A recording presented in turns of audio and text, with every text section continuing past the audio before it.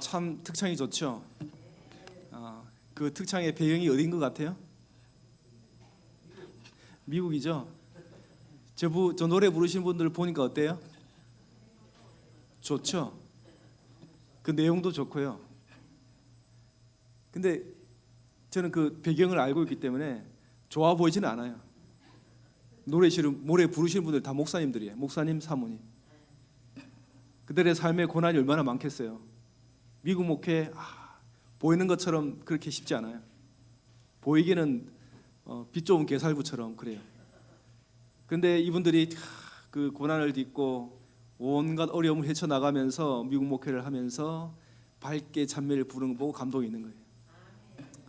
하나님 아버지, 오늘 저희들이 예배를 드리겠습니다. 성령의 하나님께서 우리에게 다가와 주시고 연약한 마음 가운데 우리를 강하게 해주시고 우리에게 온갖 것 다 잊어버리게 하시고 또 하나님을 바라보면서 연약함과 또 무지함과 아둔함을 다 벗어버리고 오직 영광을 바라보며 주님께 예배하는 이 시간 되게 도와주시옵소서. 예수님의 이름으로 기도합니다.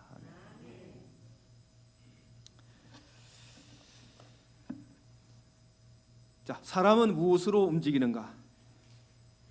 말씀의 제목인데요. 사람은 무엇으로 움직이는가? 고린도후서 5장 13, 15절을 읽겠습니다. 우리가 만일 미쳤어도 하나님을 위한 것이요 만일 정신이 온전하여도 너희를 위한 것이니 그리스도의 사랑이 우리를 강권하시는도다. 우리가 생각건대 한 사람이 모든 사람을 대신하여 죽었은즉 모든 사람이 죽은 것이라. 저가 모든 사람을 대신하여 죽으심은 산 자들로 하여금 다시는 저희 자신을 위하여 살지 않고 오직 저희를 대신하여 죽었다가 다시 사신 자를 위하여 살게 하려 하심이라. 자, 오늘 제목도 잘 보셨죠? 사람은 무엇으로 사는가? 제목을 잘 보세요. 여기 그림이 보입니다. 뭐가 보입니까? 자동차도 보이고 휴대폰도 보이고 저게 뭐죠? 맨 밑에 있는 게 드론입니다. 자, 요 세 가지는 무엇으로 움직일까요?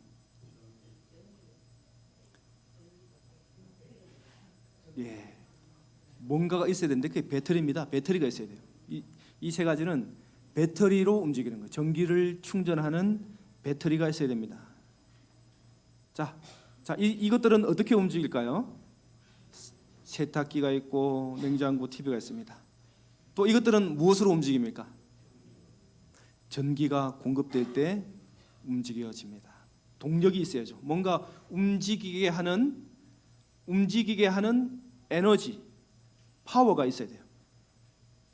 이것이 없으면 움직여지지 않습니다. 자, 사람은 무엇으로 움직입니까? 밥 먹고 또 영양분을 섭취해야 움직인다. 그 말도 맞습니다만은 좀 더 깊게 우리가 좀 더 신앙적으로 영적으로 생각해 본다면 사람은 무엇으로 움직이는가? 사랑이란 말씀을 우리 누가 해주셨어요. 사랑으로 움직인다. 참 들어보면 참 철학적인 말인 것 같아요. 사랑으로 움직여진다. 우리 그리스도인만이 할 수 있는 말이죠. 세상 사람들에게 사람은 무엇으로 움직입니까? 물어보면 어떻게 무엇으로 얘기할까요? 밥 먹고 움직인다 이런 말 하는 사람은 좀 1차원이에요. 다른 사람으로 다르게 얘기하는 사람은 어때요? 조금 수준을 높이면 뭐라고 얘기해요? 글쎄요. 가치에 따라 움직인다 이런 말을 하겠죠. 자, 사람은요 사랑으로 어떤 가치로 움직인다 참 쉽지 않은 일입니다. 쉽지 않아요. 인간이 추구하는 보편적인 가치를 위해 살아간다. 여러분 이런 일이 있었어요. 벌써 오래전 일이죠. 몇 해 전 일인지는 기억이 안 나요. 그때가 한번 몇 년 전인지 모르겠습니다만은 일본이 우리나라의 그 주요 수출을 제한할 때 그때 우리 백성들이 각성해가지고 뭐 하기로 했었죠? 일본 사람들 물품 안 사기로 했어요. 그 중에 대표적인 게 뭐냐면 유니클로예요. 유니클로, 그 다음에 아식스, 요넥스, 데상트, 아사히 맥주 이런 거 안 먹기로 해가지고 그때 완전히 안 먹었단 말이에요. 근데 지금 어때요? 지금은 거기 활황입니다. 자, 보편적인 가치, 정신을 추구하는 것, 그러면서 산다. 인간은 힘들어요. 사람들은 대부분 옳고 그르고 정의롭고 뭐 이런 것 때문에 움직이기도 하지만은 대부분 내 자신 혹은 내 가족 혹은 내가 속해 있는 어떠한 그룹, 그것에 이롭다고 생각하면 그렇게 발을 맞춰갑니다. 자, 사람은 그렇게 행동하게 되어 있습니다.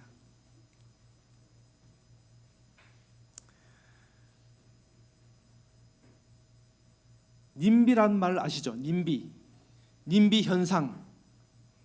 이게 뭔 말이냐면 밑에 영어가 있는데요. 자, 읽어볼게요. Not in my backyard. 무슨 말입니까?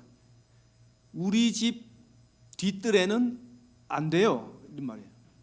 우리 집 뒷뜰에는 안 돼요. 이걸 님비예요. 이게 뭐냐면은 다른 데는 다 해도 되는데 우리 집 뒷뜰에는 내 주위에는 하면 안 돼요. 예를 들면 쓰레기장, 쓰레기 매립지, 우리 집 뒤에 동산에 설치하면 안 돼요. 사더 레이더 기지 안 돼요. 우리 집 근처에 안 돼요. 교도소 우리 동네 안 돼요. 장애인 시설 안 돼요. 정신병원 안 돼요. 핵발전소 안 돼요. 공항 안 돼요. 시끄러워요. 송전탑 안 돼요. 전자파 나와요. 안 돼요. 사람들은 이게 우리의 삶에 다 필요한 걸 알아요. 다 필요한 거예요. 분명히 있어야 돼요. 그런데 내가 사는 동네에는 안 돼요. 그걸 뭐라고 그래요? 님비라고 불러요. Not in my backyard. 자, 여러분, 우리 교회 근처에 우리 시장이 있고 역도 있어요. 우리 교회에. 근데 여기에 만약에 노숙자들이 우리 교회를 너무 좋아해가지고, 왜냐하면은 우리 교회가 뭐 밥도 주고 뭐 돈도 주고 이렇게 된다. 그러면 노숙자들이 몰려올 거예요. 그러면은 그 사람들이 우리 교회 막 근처에서 막 살 수도 있어요. 그 사람들이 왔다 갔다 하면. 그러면 우리뿐만 아니라 이 동네 사람들이 좋아할까요? 싫어할까요?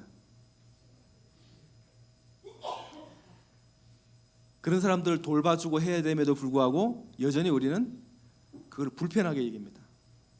그런 현상이 뭐냐면 님비 현상입니다. 자, 요거하고 반대 개념이 있어요. 요거하고 반대.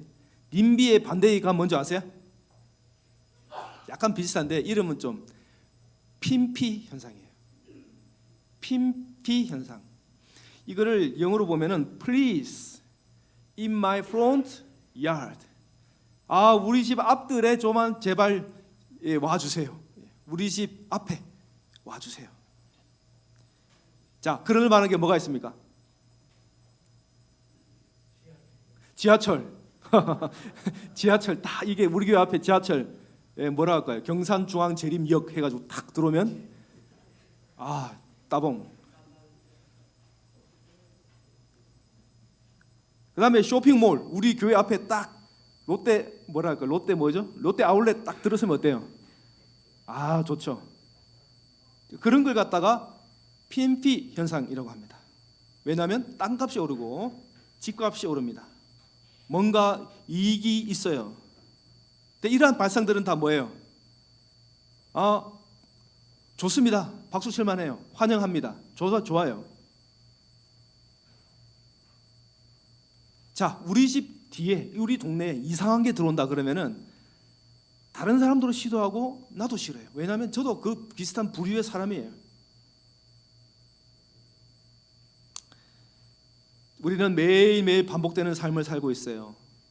특별한 삶을 살고 있는 사람은 거의 없습니다. 아침에 일어나고 직장 가고 학교 가고 아이들 돌보고 사람 만나고 일 처리하고 이런 우리의 삶이 거의 똑같아요. 그런데 이러한 매일 반복되는 우리의 삶에서의 삶의 동기가 무엇인가 이거예요. 자, 우리의 신앙에서 우리를 신앙하게 만드는 그 삶의 근본이 무엇인가 이거예요. 우리는 그리스도인이죠. 그리스도인으로서 우리는 무엇으로 움직이면서 살아가는가?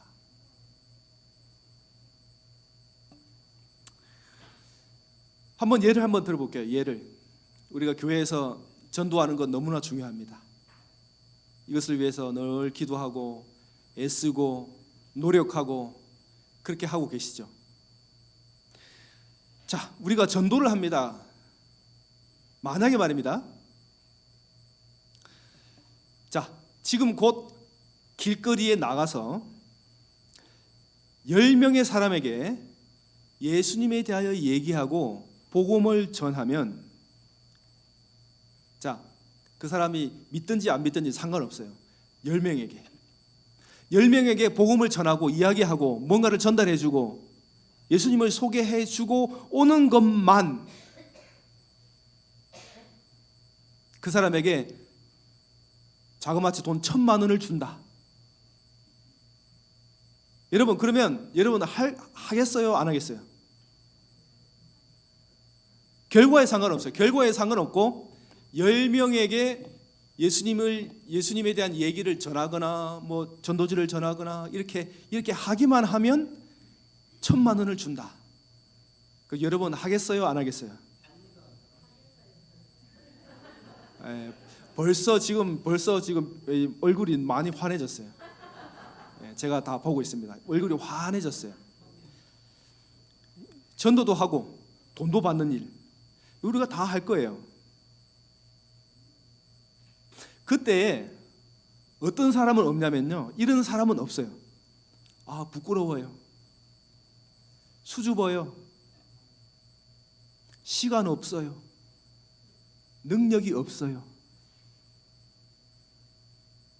너무 늙었어요, 나는 말할 입이 없어요. 그때는 이런저런 핑계가 없어져요. 마음이 대담해집니다. 용감해집니다. 저돌적으로 나갑니다. 일관성 있는 사람으로 변할 겁니다. 왜요? 복음도 전하고 돈을 주니까. 여러분 잘 들어보세요. 잘 들어야 돼요. 나를 위해 죽으시고 내게 영생을 주신 주님께서 부탁할 때는 잘 안 움직여져요. 여러 가지 핑계가 있어요. 이 핑계 끄집어오고 저기 저 핑계 다 잊혀졌던 핑계를 다 탈탈 털어서 끄집어내서 내놓습니다. 이렇게 못하고요, 저렇게 못하고요, 이렇게 못해요.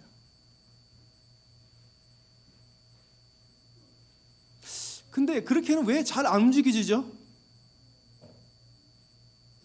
좀 뭔가 이상하죠?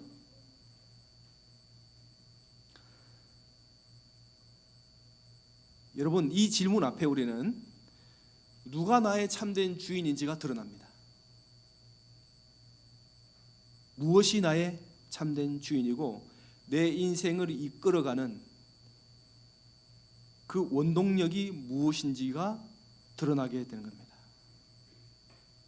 자, 나는 무엇에 의해 지배되고 있는가? 나는 무엇에 의해서 조종되어지고 있는가?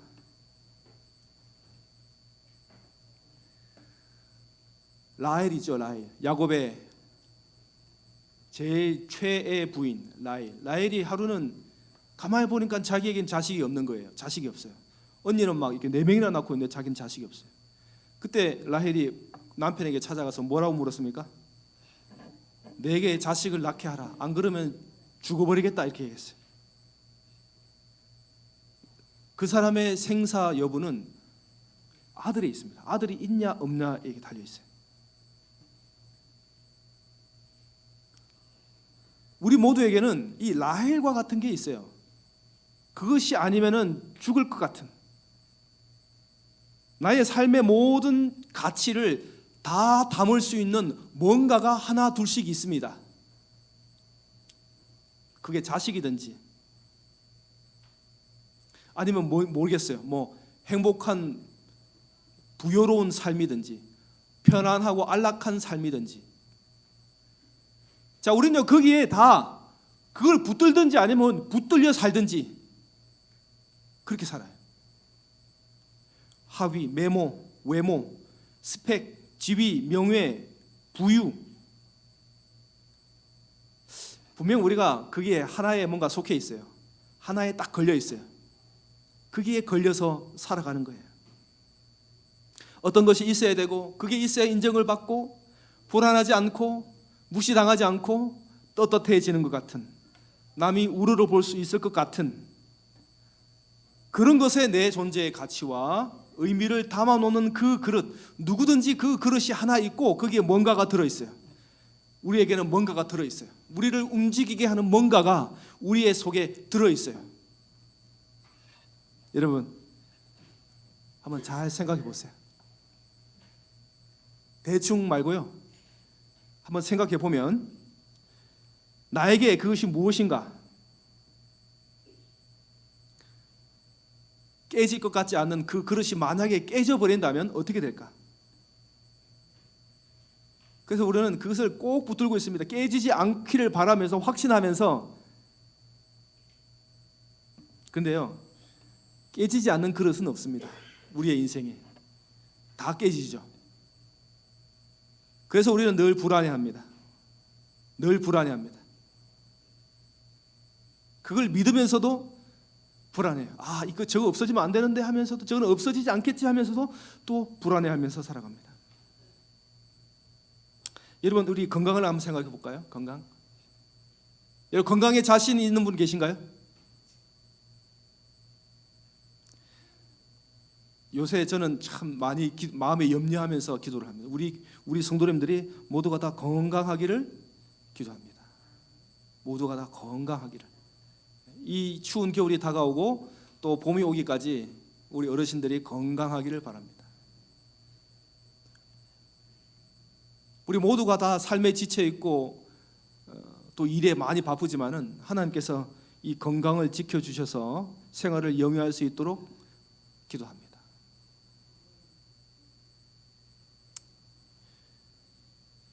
한 사람이 병들고 아프고 그러다가 돌아가시고 하면 우리가 느끼는 게 뭐예요? 아, 나도 저렇게 되겠구나. 내가 그렇게 걱정하지 않았던 그 분야가 깨지는 겁니다. 불안합니다. 저는 20대 때 이걸 경험했어요. 일찍죠. 저는 일찍이 경험했습니다.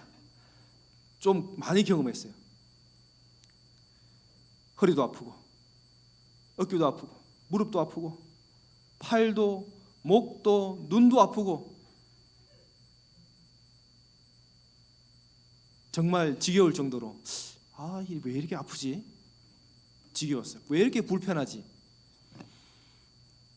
그때부터 정신을 차리고 관리를 했어요. 그래서 건강하면 늘 불안해요. 아, 이거 안 좋아질 것 같은데 막 불안해요. 절대로 저는 안심하지 않습니다. 건강에 대해서는. 왜냐하면 아파봤기 때문에. 허리를 아파봤기 때문에. 여러분, 돈으로 생각하면 어때요? 돈으로 생각하면 어때요? 아, 정신이 피폐해집니다. 우리가 돈을 잃어버리거나 없어지거나 뭐 이렇게 하면 어때요? 마음이 괴롭죠. 쓰라립니다. 자, 우리 교회는 제가 차량을 운행할 때 우리 교회는 우리 교회 법이 있어요. 뭐냐면은 차량을 운행하는 사람이 과태료, 범칙금, 벌금을 내게 돼 있어요. 그래서 제가 신호 위반을 했어요. 우리 집사람 없죠. 그래서요, 돈이 나왔어요. 그래서 제가 돈을 냈어요. 그런데요, 돈을 어느 날 날라온 그 고지서를 보고, 와,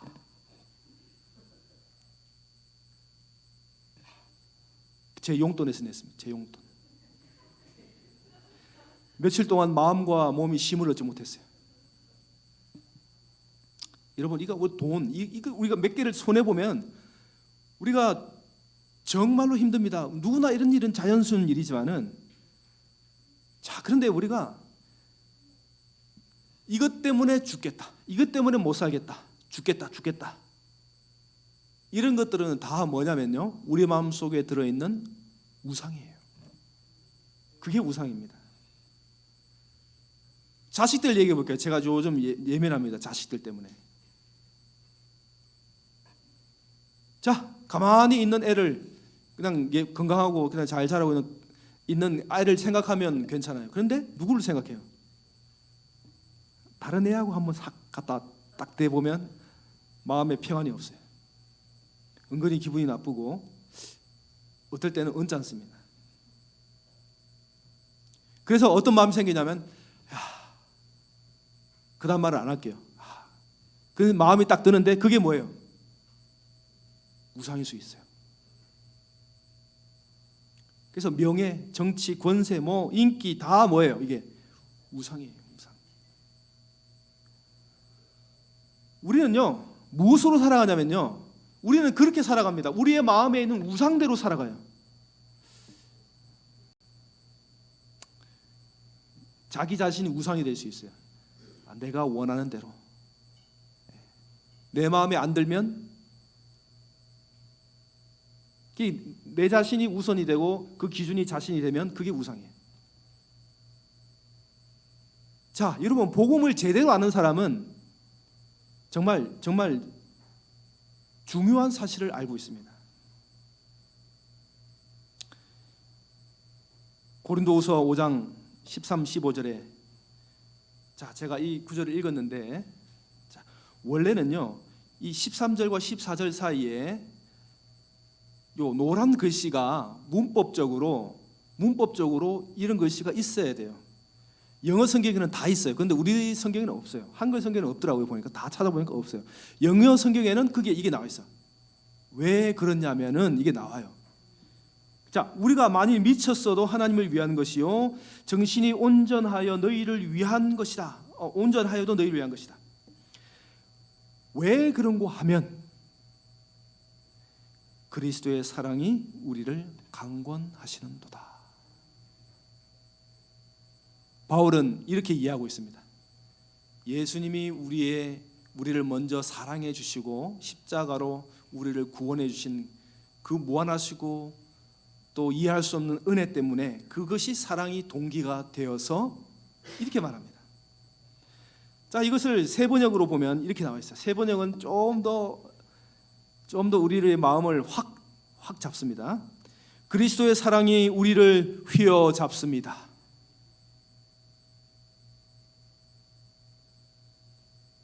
그리스도의 사랑이 우리를 휘어잡습니다. 휘어잡아요. 그럼 어때요? 사람이 휘어잡히면 어떻게 돼요?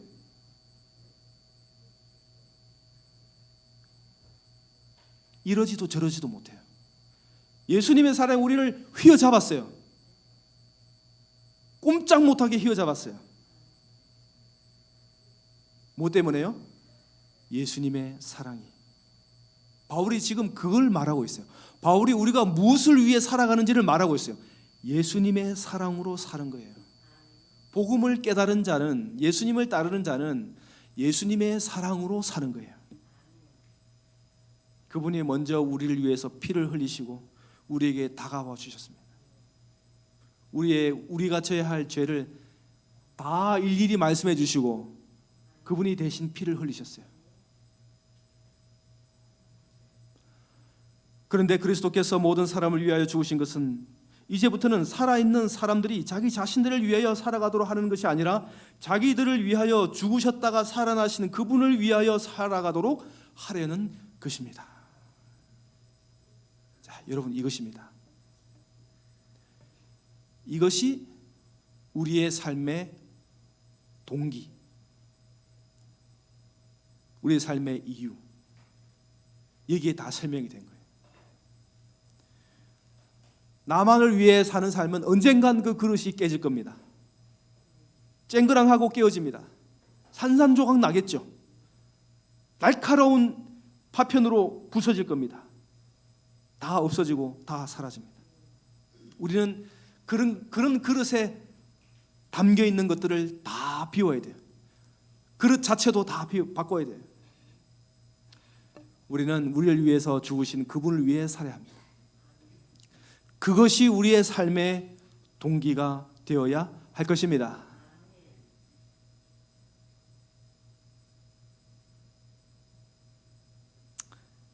우리가 구체적으로 어떻게 살까요? 자, 예를 들어 봅시다. 우리가 거짓말을 합니다. 거짓말 안 하는 사람 있습니까? 거짓말 안 하는 사람이 있을 수도 있어요. 거짓말 안 하고 살아가는 사람이 누가 있을까요? 거짓말을 하는 것 같아요. 저도 거짓말을 하는 것 같아요. 자, 거짓말을 할 때 거짓말을 하는 이유가 무엇일까요?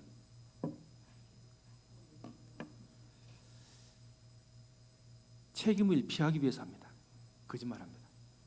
그리고 어떤 이익이 있으면 거짓말합니다. 내가 뭔가 유리한 입장에 서기 위해서 거짓말합니다.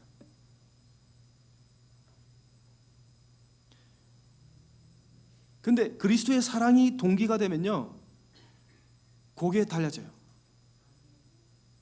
그 동기, 예수님께서 십자가 위에서 거짓의 아비, 거짓말의 원조,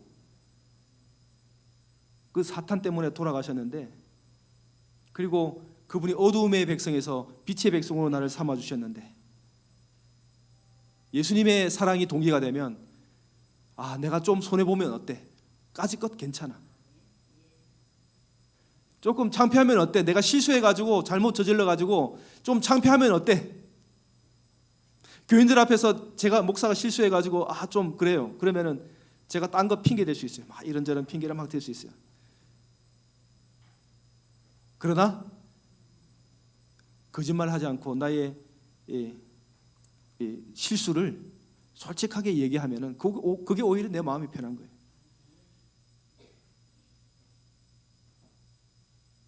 자, 예수님 때문에 가능한 거예요. 예수님 때문에 그게 가능해지는 겁니다. 그래서 예수님 때문에 우리는 달라지는 겁니다. 여러분들 이거 한번 꿈꿔보십시오. 예수님 때문에 내가 달라지는 나의 삶. 우리가 열심히 살죠. 교회 나오고 예배하고 열심히 살죠. 그런데 모든 것이 잘 될 일은 없습니다. 어떤 때는 일이 잘 안 풀리죠. 꼬이죠. 뭔가 잘 못 되어 가고 있습니다. 내 건강도 그렇고 내 사업도 그렇고 내 가정도 그렇고.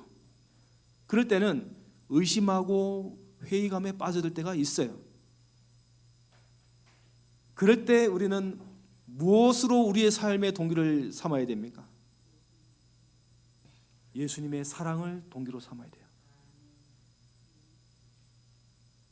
십자가를 먼저 생각하게 됩니다. 예수님을 첫 번째 자리로 모시게 되어 있습니다. 그분이 나를 훈련해 주시고 나를 다듬어 주시고 이 고난을 주신 이유를 생각하면서 기도하게 됩니다. 그러면 어떤 생각이 드냐면은 하나님께서 이것을 통해서 나를 더 정결하게 하시려고 하시는구나. 그러면서 나오는 기도는 이거예요. 하나님, 참 괴롭고 힘들고 어렵지만 견디기 어렵지만은 주님께서 나와 함께 하심을 믿습니다. 주님이 힘 주십시오. 고난과 어려움 가운데 하나님의 계심을 믿습니다. 이렇게 되는 거예요. 이런 과정이 되어야 돼요. 예수 그리스도의 사랑의 근거로 고통도 역경도 참게 되는 겁니다. 예수님의 내 마음의 동기가 되면 내 말과 행동이 달라집니다. 사람의 마음은 하나님의 은혜로 새로워져야 한다. 그렇지 않으면 생애의 순결을 찾으려는 노력이 헛될 것이다. 그리스도의 은혜 없이 고생하고 덕 있는 품격을 건설하려는 자는 흐르는 모래 위에 집을 짓고 있는 자이다. 맹렬한 시험의 폭풍이 불 때에 그 집은 분명히 무너질 것이다. 사람은 무엇으로 삽니까? 예수님이 아닌 다른 것이 내 마음그릇에 차지하고 있다면 그것을 다 드러내야 됩니다. 그것들로부터 도망쳐야 됩니다. 멀리 멀리 저리 던져버리고 예수님께로 가야 됩니다. 우리의 마음의 동기는 십자가에 있어야 됩니다. 그 십자가의 사랑에 휩싸여 있어야 됩니다. 풀려나지 말아야 됩니다. 우리는 예수님만으로 충분히 이 세상을 살 수 있습니다. 그래서 그때야 우리는 진정으로 복음이 뭔지를 알게 돼요. 복음이 귀에 들리는 거예요. 이해하게 되는 거예요. 여러분, 하나님 앞에 믿음으로 나오시길 바랍니다. 예수 그리스도의 사랑으로 충만한 성도들이 되어서 믿음으로 마음의 모든 근심과 점을 다 털어버리고 오직 예수만 바라볼 수 있어야 합니다. 사도 바울이 가진 것 없지만, 그의 삶에 이루어 놓은 것 없지만은 그가 오직 자랑하는 것은 예수 그리스도의 십자가입니다. 오늘 우리의 삶의 근거는 예수님의 십자가가 되시기를 바랍니다. 그분이 쳐놓은 그 사랑의 그물에 꼼짝달싹하지 않고 그 말씀에 순종하는 저와 여러분이 되시기를 바라면서 말씀을 줄이겠습니다.